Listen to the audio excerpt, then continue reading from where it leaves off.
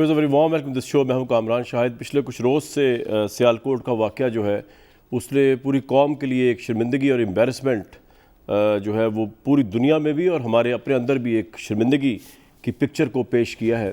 جس طریقے سے غیر مسلم کو جو ہے وہ مل کے وہاں پر مارا گیا.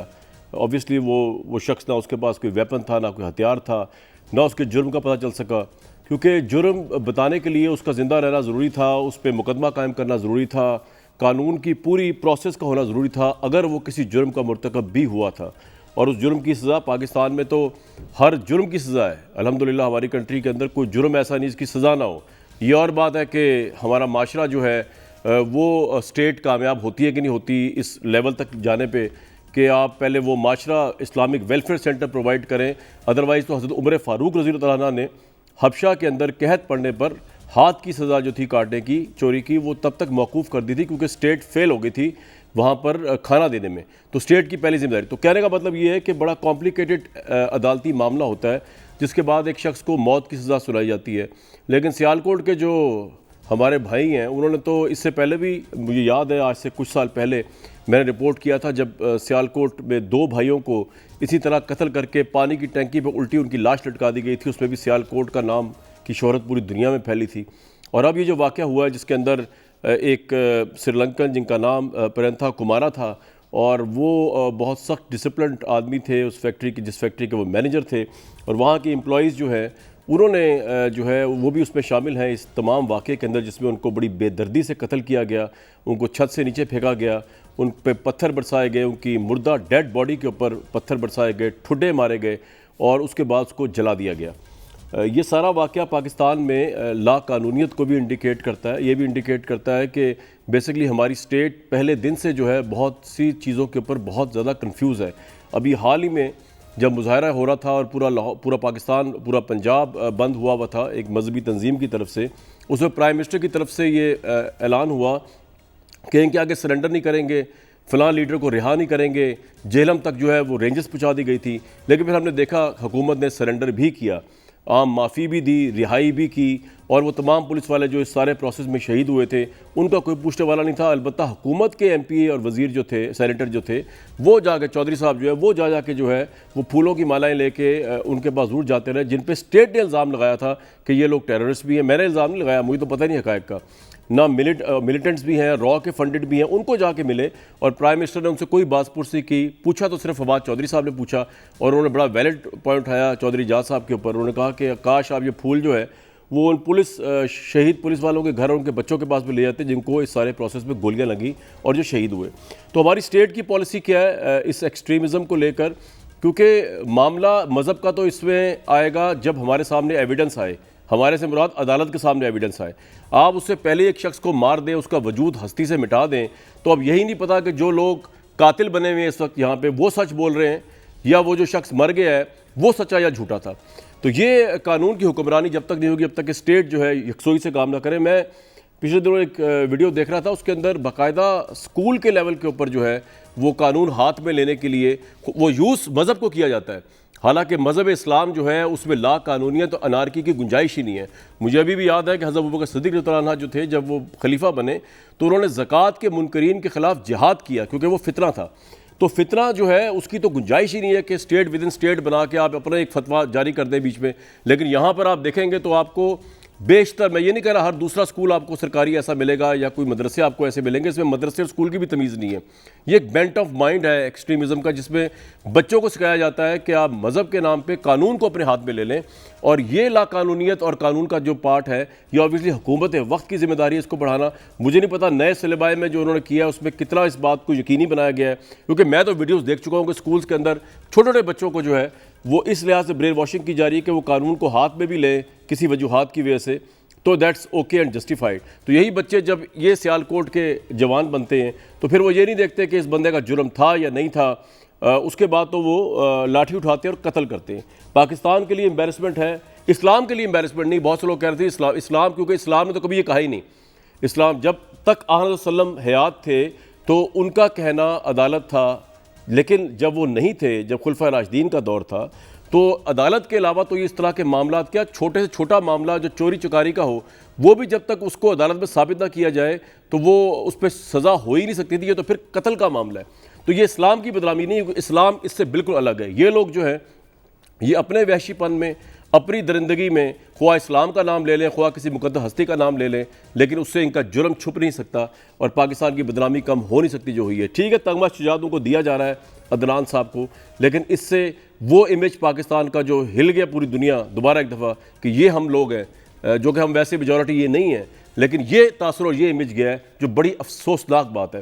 حکومت اس سلسلے میں کیا کر رہی ہے, پولیٹیکل پارٹیز کیا کر رہی ہیں, ان میں سب سے انٹرسٹنگ چیز جو تھی وہ ہمارے وزیر دفاع ہیں, انہوں نے باقاعدہ جسٹیفائی کیا ہے. انہوں نے کہا جوان جذباتی لوگ ہیں, یہ کر بھی دیں تو چلے, آپ کو سمجھنا چاہیے. وہ ہمیں سمجھا رہے ہیں کہ جو لا قانونیت اور جو قتل کا اقدام ہوا ہے, موب وائلنس, یہ جسٹیفائڈ ہے ان سو مینی ورڈز. یہ تحریک انصاف کے وزیر دفاع کہہ رہے ہیں, سن لیں ذرا پہلے پرویز خٹک صاحب کو. بچے ہیں, بڑے ہوتے ہیں, اسلامی دین ہے, سوچ زیادہ ہے, جوش میں آ جاتے ہیں, جذبے میں کوئی کام کر لیتے ہیں. اس کا یہ مطلب نہیں کہ یہ کیا تو یہ ہو گیا. یہ ہر ایک اپنی سوچ ہے. وہاں پر لڑکے اکٹھے ہوئے, انہوں نے اسلام کا نعرہ لگایا کہ یہ اسلام کے خلاف کام, یہ جذبے میں آ گئے, کام ہو گیا اچانک. تو اس کا یہ مطلب نہیں ہے کہ سب کچھ بگڑ گیا. پلیز آپ ذرا لوگوں کو بھی سمجھائیں کہ نوجوان ہیں, جذبے میں آتے, دین میں بھی جذبے میں آؤں گا, غلط کام کر سکتا ہوں, لیکن یہ مقصد نہیں ہے کہ پاکستان جو ہے تباہی کی طرف جائے. مجھے پتہ ہے کہ ہم پاگل ہوتے تھے جب ہم جوان ہوتے تھے, لڑکے ہوتے تھے, کچھ بھی کرنے کو تیار ہوتے تھے. تو یہ بچوں کے ہوتا ہے, لڑائیاں بھی ہوتی ہیں, قتل بھی ہو جاتے ہیں.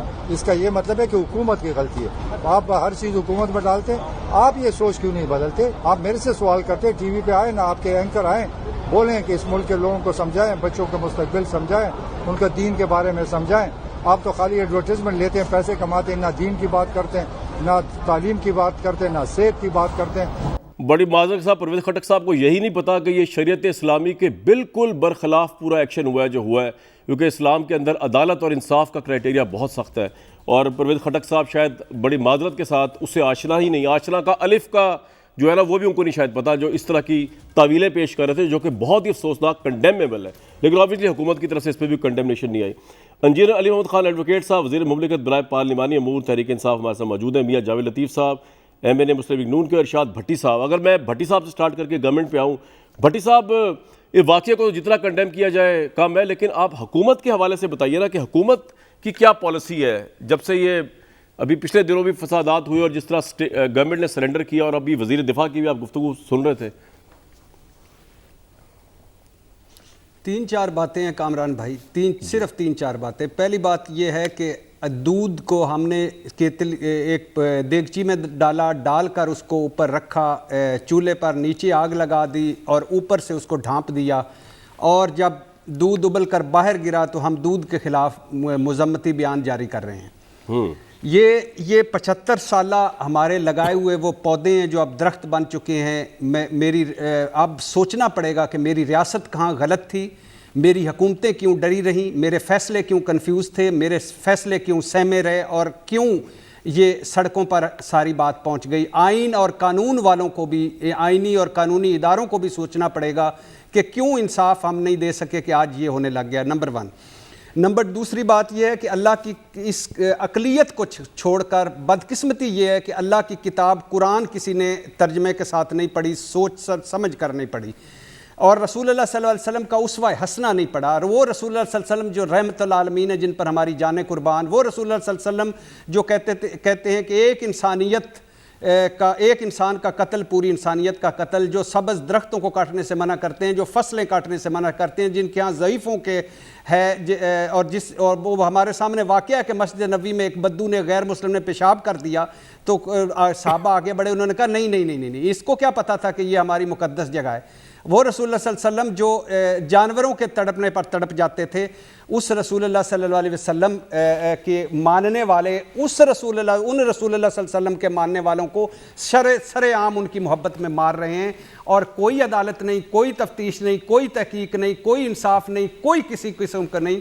یہ پاکستان کی بےزتی ہے, پاکستان کا رہا سا امیج بھی تباہ ہو گیا, اور اسلام کا نہیں ہوا. لیکن یہ سچ ہے کہ جو مسلمانوں کو, ہم جیسے مسلمانوں کو اسلام سے جوڑ کر اسلام کو بدنام کرتے ہیں, ان کو کافی مواد مل گیا ہے. تیسری بات یہ ہے کہ کائنات کا بہترین مذہب اس وقت کائنات کے بدترین لوگوں کے پاس ہے, اور یہ ہمارے ہاں یہ اپنے فتنہ کا, یہ فساد فی الارض بھی ہے. یہ مثال وہ جو KPK کا تھا اس کو جس طرح مارا گیا وہ سب سامنے، اس شاگرد نے بہاولپور کے کہاں وہ استاد کو مار دیا، بینک والے گارڈ نے بینک مینیجر کو مار دیا، اور بھٹے میں 2 اور مرد اور میاں بیوی کو زندہ جلا دیا گیا، حالانکہ اس عورت کے پیٹ میں بچہ بھی تھا۔ یہ ہے ہمارا وہ اسلام جو رحمت للعالمین حضرت محمد مصطفیٰ صلی اللہ علیہ وسلم کا اسلام ہے، اور جو آخری نبی تک کے لیے رحمت ہیں۔ اب آ جائیے یہ حکومت آپ نے پوچھا، حکومت یہ پرویز خٹک صاحب دیکھ لیں، مجھے شرم آ رہی ہے خدا کی قسم کہ یہ ہمارے، اگر ان میں رتی برابر بھی شرم ہوتی، رتی برابر بھی حیا ہوتا تو اب تک یہ معافی مانگ چکے ہوتے، اور اگر اس حکومت میں رتی برابر بھی کوئی جزا سزا کا نظام ہوتا تو اب تک ان سے استعفیٰ لے لیا جاتا۔ جس شخص کو جذبے اور پاگل پن کا فرق ہی نہیں معلوم، وہ شخص ہمیں درس دے رہا ہے اور بھاشن دے رہا ہے اسلام پر، اور بچے بڑے ہو جاتے ہیں، بڑے بچے ہو جاتے ہیں اور لڑ پڑتے ہیں اور کرتے ہیں۔ سوچئے بھارت سمیت پوری دنیا میں ہمارے وزیر دفاع کے بیان کو اگر وہ بیار چڑھا کے بیان کریں گے تو کیا چلائیں گے فکر نہ کریں، چلائیں گے وہ۔ اور خدا کے لیے میں اقلیت کو نکال کے، علی محمد صاحب میرے بھائیوں سامنے بیٹھے ہیں، درود سے شروع کرتے ہیں، لاجیکل بات کرتے ہیں، اقلیت کو، اس حکومت کی اقلیت وزراء کو نکال کر اکثریت جو ہے احمد شاہ رنگیلوں کی بھری پڑی ہے لبالب حکومت، یہ رونت زدہ لوگ، نالائق لوگ، اور ان سے بڑی ان کی زبانیں ہیں۔ یعنی یہ کارٹون نما انسان ہمارے کرموں کی پتہ نہیں سزا ہے یا کیا ہے کہ کچھ چپ ہی رہ جاؤ یار، کسی موقع پہ اتنا ہی کر لو، چپ رہ جاؤ۔ انہی پرویز خٹک صاحب نے ایک دن پہلے فرمایا تھا میں پورے ملک کا مقابلہ کر رہا ہوں، پھر فرمایا میں جسے چاہوں اونچائی پر لے جاتا ہوں، جسے چاہوں زمین پر لے آتا ہوں، پھر فرمایا چاہوں تو عمران خان کی حکومت ایک دن بھی نہ رہے حالانکہ ان کے مجھ پر احسانات ہیں، پھر فرمایا مہنگائی ہوگی تو ملک چلے گا ورنہ رک جائے گا، پھر فرمایا غربت کا سارا ڈرامہ اپوزیشن کا رچایا ہوا ہے۔ ان کے علاوہ وہ جو جھنڈے کو انہوں نے جو تشبیہ دی تھی جس چیز سے وہ میں نہیں بیان کرتا چاہتا، تو یہ کامران بھائی 2 باتیں، یہ ہے ریاست مدینہ کا کے جو والی وارث ہیں، یہ ہے آج عمران خان صاحب کہاں ہیں، ان سے استعفیٰ کیوں نہیں لیتے، کیوں نہیں؟ انہوں نے عمران خان صاحب دوسری طرف سری لنکن قیادت کے ساتھ رابطے میں ہیں، دوسری طرف ملک عدنان جس کو میرا بھی سلام، ان کو تگمہ شجاعت دے رہے ہیں، دوسری طرف وہ کیفر کردار تک مجرم، ایک طرف یہ کہہ رہے ہیں یہ گلی بچوں کا کھیل ہے، بلی فلانا ہو گیا، فلانے ہو گیا، فلانا ہو گیا۔ جب آپ اس طرح کے کریں گے، اس طرح کے لوگوں کو چانسز پر چانسز دیں گے، جزا سزا نہیں ہوگی تو یہی ہوگا۔ رائٹ۔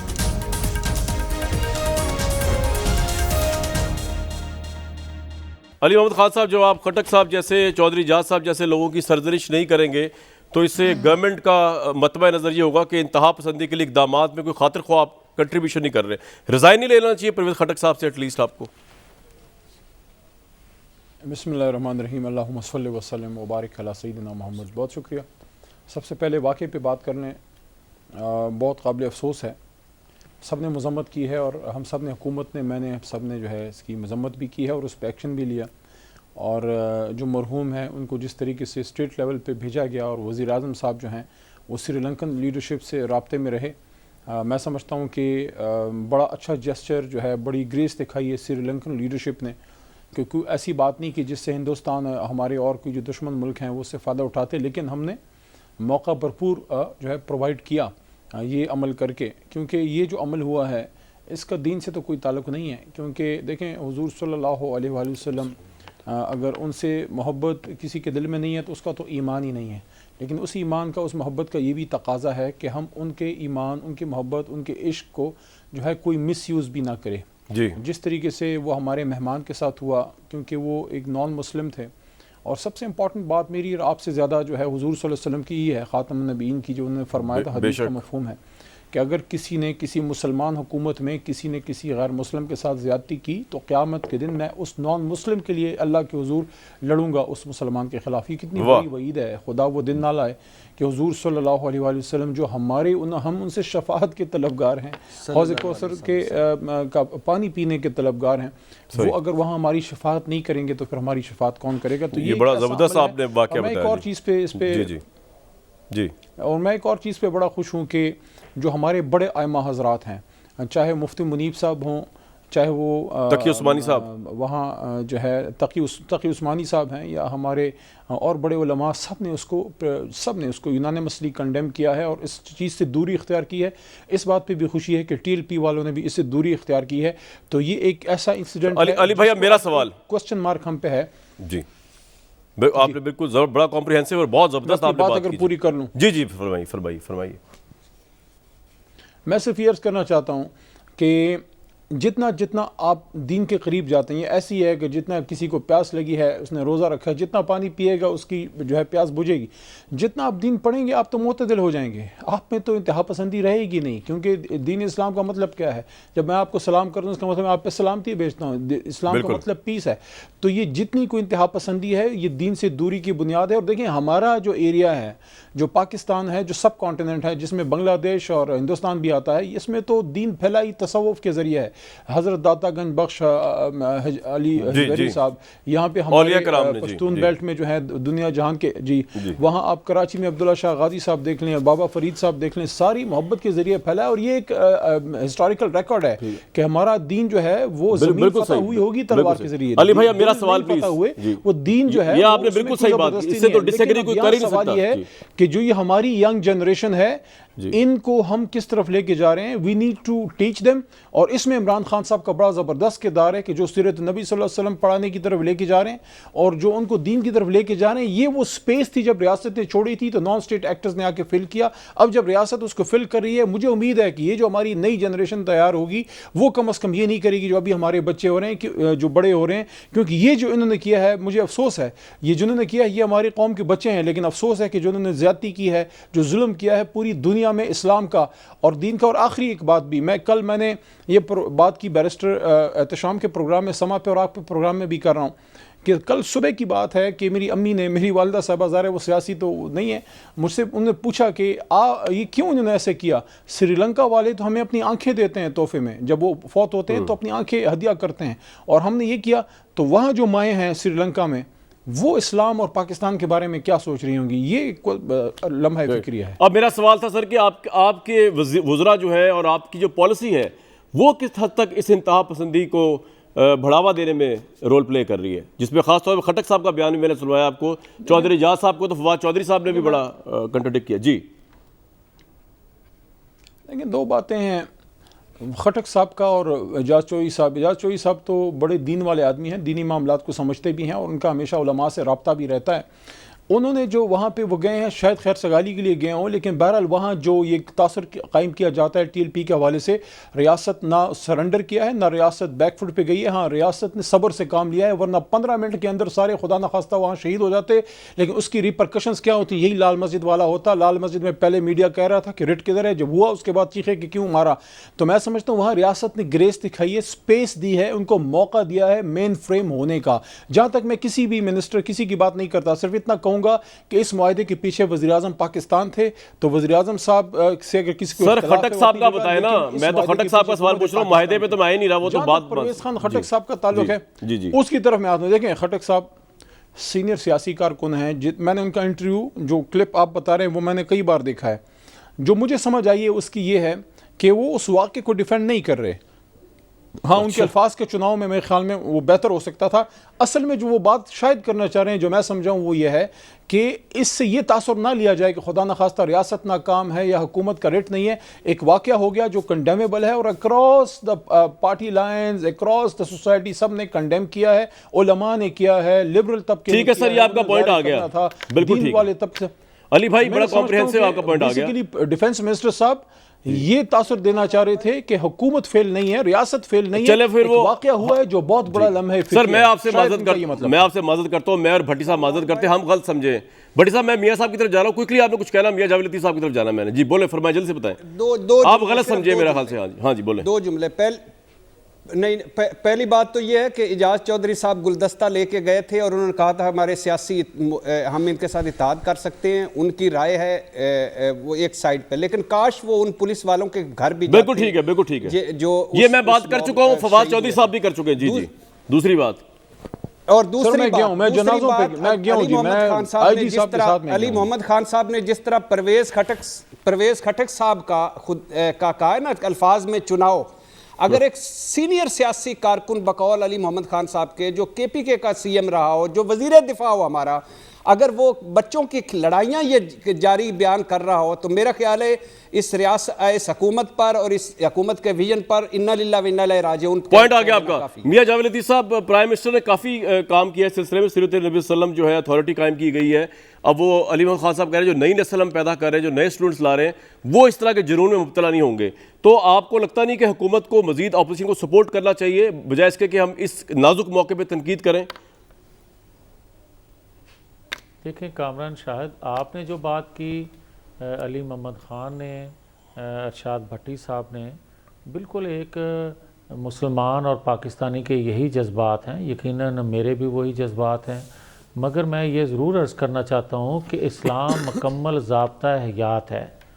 یہ نہیں ہوتا کہ آج ہم کہیں کہ اسلام پہ انگلیاں اٹھیں گی سیالکوٹ کے حوالے سے یا ریاست پر انگلیاں اٹھیں گی. ہاں, بات سیدھی سی ہے کہ کوئی بھی حکومت وقت ہو اور جب ایسا واقعہ ہوتا ہے تو یقیناً حکومت وقت جو ہوتی ہے وہ ریاست کی ترجمان ہوتی ہے, اداروں کی ترجمانی کر رہی ہوتی ہے.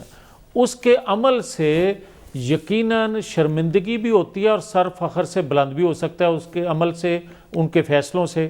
آپ یہ دیکھیں کہ توہین رسالت کا اگر جھوٹا الزام کسی پر لگا دیا جائے اور وہ وقت ثابت کرے کہ وہ الزام جھوٹا تھا, تو توہین رسالت کا جھوٹا الزام لگانے والے کو آج تک پاکستان میں کتنے لوگوں کو سزائیں دی گئیں, جبکہ توہین رسالت کا قانون موجود ہے پاکستان کے اندر.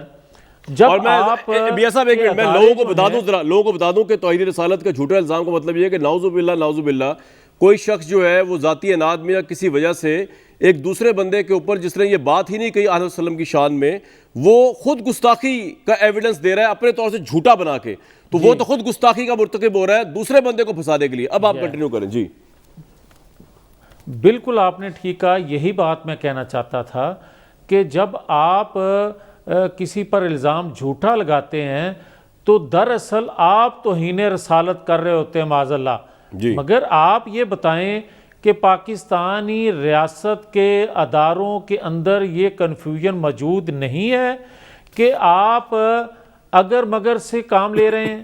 آپ مجھے یہ بتائیں کہ کوئی بھی حکومت وقت ہو, اگر وہ کلیئر پالیسی نہیں لے گی, واضح کسی چیز کو نہیں کرے گی, تو اس وقت تک آپ کیا سمجھیں گے کہ پاکستان کے اندر جو حکومت وقت ہوتی ہے وہ ترجمانی کر رہی ہوتی ہے پھر آپ کے اداروں کی.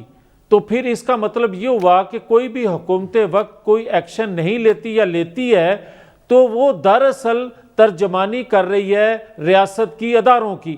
مگر آپ جب کسی کو یہ کہہ دیں کہ آپ انڈین نواز ہو, آپ نے انڈیا سے پیسے لیے ہیں, دشمن ملک سے کی خواہش پوری کر رہے ہیں, تو آپ اتنا بڑا ایک الزام لگا دیتے ہیں اور اگلے دن آپ اس کو خود سے حب الوطنی کا سرٹیفکیٹ بھی دے دیتے ہیں. آپ مجھے یہ بتائیں کہ پھر یہ جو چیزیں ہیں یہ پروان چڑھیں گی یا نہیں چڑھیں گی؟ اور دوسرا, میں کوئی سیاسی پوائنٹ سکورنگ نہیں کر رہا, میں یہ کہہ رہا ہوں کہ جسٹس قاضی فائز عیسیٰ انہوں نے ایک فیصلہ دیا تھا, ایک ججمنٹ دی تھی, کیا اس پر عمل ہوا؟ کیا اس پر عمل کیا جاتا تو کیا؟ یس بالکل. اور آپ یہ دیکھیں کہ ایک ادارے کے میں بیٹھے شخص نے, عدل کرنے والے ادارے میں بیٹھے شخص نے ایک ججمنٹ دے دی اور اس کے بعد اس کا کیا حشر ہو رہا ہے. میں یہ کہنا چاہتا ہوں کہ کامران شاہد ہوں, علی محمد خان ہوں, ارشاد بھٹی یا جاوید لطیف ہو, میں یہ کہتا ہوں کہ آپ سیاست اپنے اداروں کو, اپنی پوائنٹ سکورنگ کو, اپنی صحافت کو الگ رکھیں, مگر آپ یہ فیصلہ کریں کہ یہ آپ دین کو, آپ مذہب کو, آپ مسلک کو اپنی ضرورت کے تحت استعمال کریں گے، اور یہ نظریہ ضرورت کب تک بیچتے رہیں گے آپ؟ رائٹ علی محمد خان پاکستان صاحب کے اندر 74 سالوں سے تھوڑا یہ رسپونڈ نظریہ کریں ضرورت جو کہ جس کو بکتا آ آپ رہا کہہ ہے، رہے ہیں کہ ریاست نے صبر سے کام لیا، وہ یہ کہہ رہے ہیں کہ یہ آپ لوگوں کی کنفیوژن ہے جس کی وجہ سے انتہا پسندی بڑھ رہی ہے۔ اور دوسرا میرا سوال انٹروڈکشن میں نے اٹھایا تھا، وہ شاید مس ہو گیا، کہ کیا آپ سکولز کو مانیٹر کر رہے ہیں؟ یہاں پہ تو ٹیچرز اپنے طور پر جو ہے وہ جس طرح بچوں کو کی برین واشنگ کر رہے ہیں، ان کو کہہ رہے ہیں، میں نے تو خود ویڈیوز دیکھی ہیں کہ وہ کہہ رہے ہیں کہ جی آپ قتل کر دیں، قانون اپنے ہاتھ میں لے لیں۔ اس کی مانیٹرنگ آپ کیا کر رہے ہیں؟ سورت رسول صلی اللہ علیہ وسلم کی اتھارٹی تو بڑی اچھی بات آپ نے قائم کی ہے، لیکن یہ تو سر بڑا نیچے کا معاملہ ہے، نیچے سے اس کو دیکھنا پڑے گا، اس میں کیا کر رہی ہے ریاست یا گورنمنٹ؟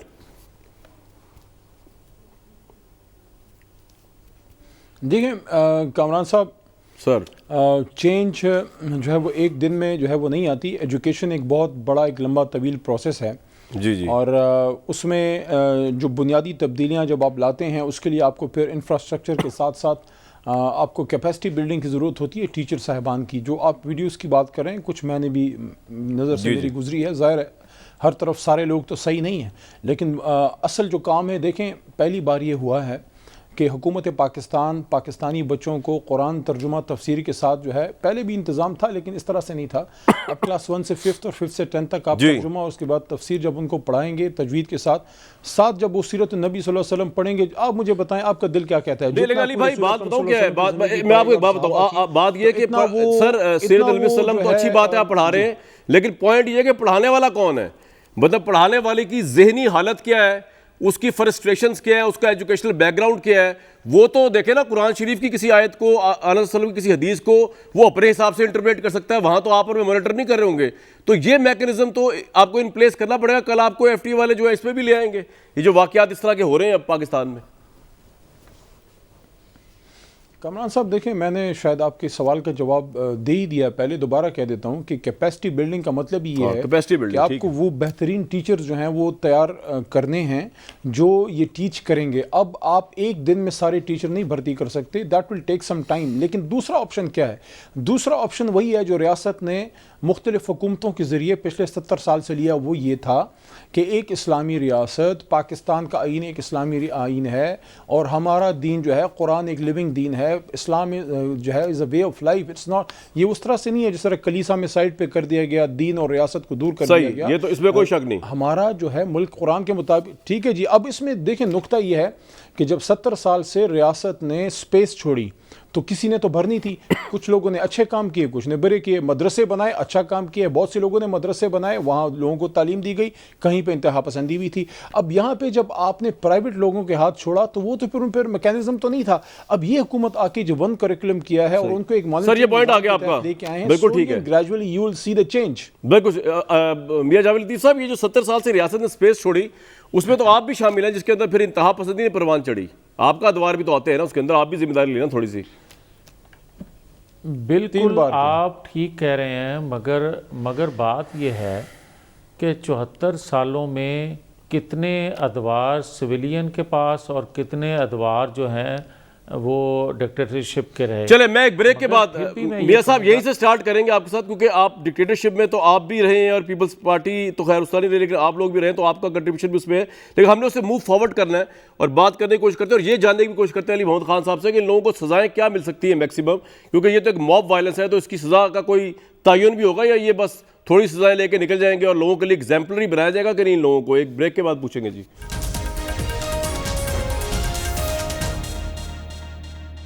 علی محمد خان صاحب کی اس بات سے میں 100% ایگری کرتا ہوں کہ ساری پولیٹیکل پارٹیز نے جو ہے اس پہ اپنا حصہ بدرجہ اتم ڈالا ہے، جہاں پہ موقع ملا مذہب کارڈ بھی کھیلا گیا، ایک دوسرے کے خلاف بھی کھیلا گیا، اس میں کوئی پارٹی پیچھے نہیں ہٹی۔ کیوں میں جاوید لطیف صاحب اس سے آگے بڑھ کے اب تو ہمیں بات کرنی چاہیے، باقی تو سب اس حمام میں ایک جیسے ہیں، کہ آپ بھی کوئی گورنمنٹ کو سجیشنز دیں۔ نہیں جی اچھا نہیں کامران گزارش یہ ہے کہ مختلف وقتوں میں مذہبی گروپ بنائے جاتے رہے اور ان کی سرپرستی کی جاتی رہی، جہادی تنظیمیں بنائی جاتی رہیں، مسلک کے حوالے سے بھی مختلف تنظیمیں بنائی جاتی رہیں، اور بدقسمتی یہ ہے کہ ہمارے مسلمان ممالک جو ہیں وہ بھی ان کو فنڈنگ کرتے رہے اور ہمارے ادارے جو ہیں وہ خاموش رہے۔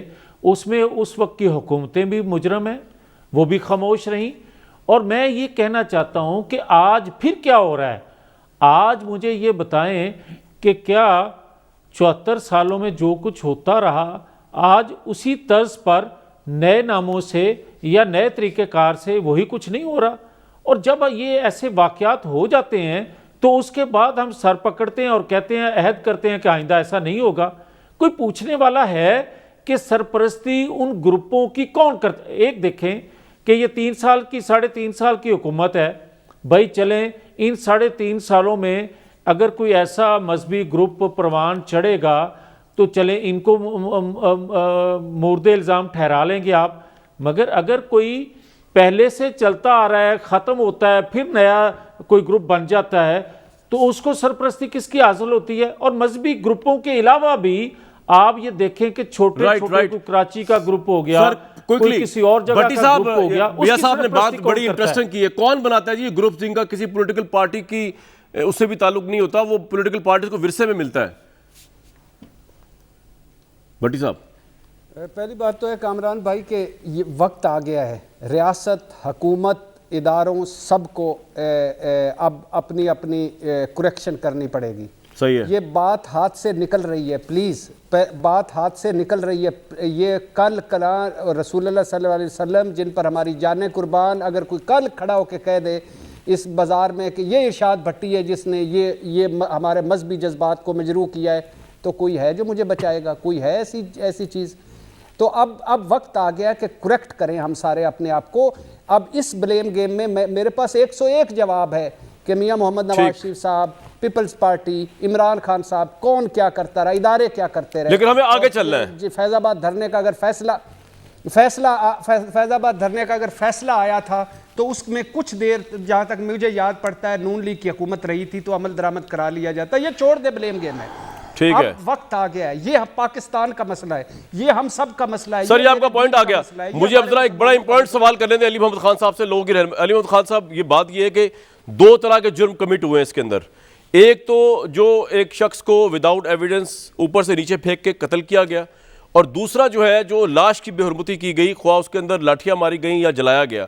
تو قانون کیا کہتا ہے اور حکومت کا کیا اس پہ پلی ہوگا کہ ان دونوں جرائم کو، اور آپ کے پاس ایویڈنس کس بیس پہ، آپ ویڈیوز کی بیس پہ دیکھیں گے، اور کیا جرم، کیا سزا ان کی تجویز کی جائے گی؟ دیکھیں اس میں میں تو ڈائریکٹلی اس کو نہیں دیکھ رہا، ظاہر ہوم منسٹر پنجاب دیکھ رہے ہوں گے، لیکن جو تھوڑا بہت میرا نالج ہے اس کے حوالے سے میں بتا دیتا ہوں کہ ایک تو اس میں 780A بھی لگائی گئی ہے جس کی سزا تو پھانسی ہے، تو وہ تو بات کلیئر ہے کہ اس میں میکسیمم سزائیں اس میں موجود ہیں۔ ظاہر 302 بھی ہے، کچھ اس میں اکامپلس بھی ہیں، کچھ ایسے بھی نوجوان ہیں جو جس طرح کی ہمارا ایک کلچر بھی ہے کہ بھیڑ ہو جاتی ہے تو لوگ اکٹھے ہو جاتے ہیں۔ اب اس میں یہ ضرور ہم نے دیکھنا ہوگا کہ ایکچولی مارا کس نے ہے، پھر جو ایکچولی جس نے جرم کیا ہے، اور کچھ وہ لوگ بھی ایسا نہ ہو کہ کچھ لوگوں کو غیر ضروری زیادہ سزائیں مل جائیں، لیکن جتنے لوگ وہاں موجود تھے سب کا اخلاقی ایک رسپانسبلٹی بنتی ہے کہ جس طرح عدنان صاحب ایک کوشش کر رہے تھے تو سب کو اپنا کردار ادا ضرور کرنا چاہیے تھا۔ تو اس میں تھوڑا سا ہمیں ڈیمارکیٹ کرنا پڑے گا کہ میکسیمم سزا اسی کو ملے جس نے یہ عمل کیا ہے، اور جو وہاں موجود تھا تو اس کو حصہ، لیکن جس نے لاش کی بے حرمتی کی ہے علی محمد خان صاحب، اس کے لیے قانون کیا کہتا ہے؟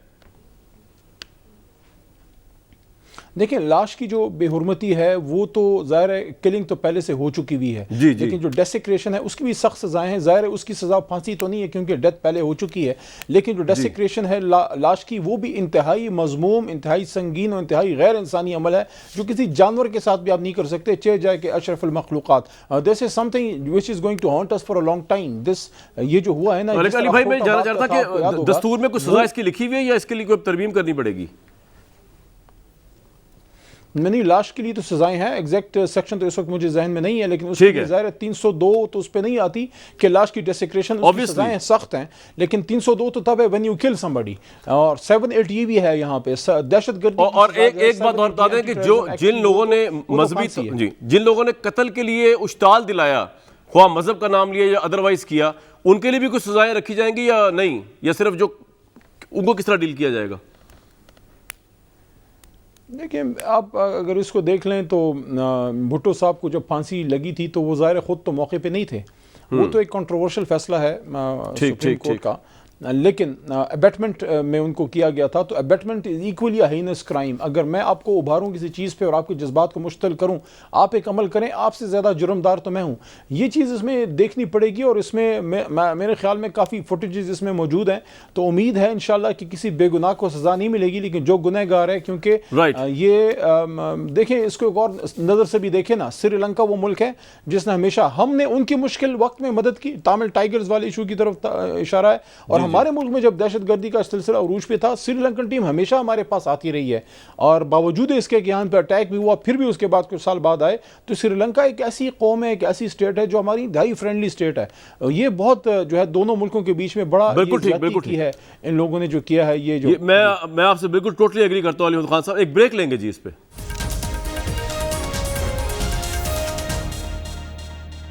آج کا شو تھا, مجھے دیجیے کل تک اجازت.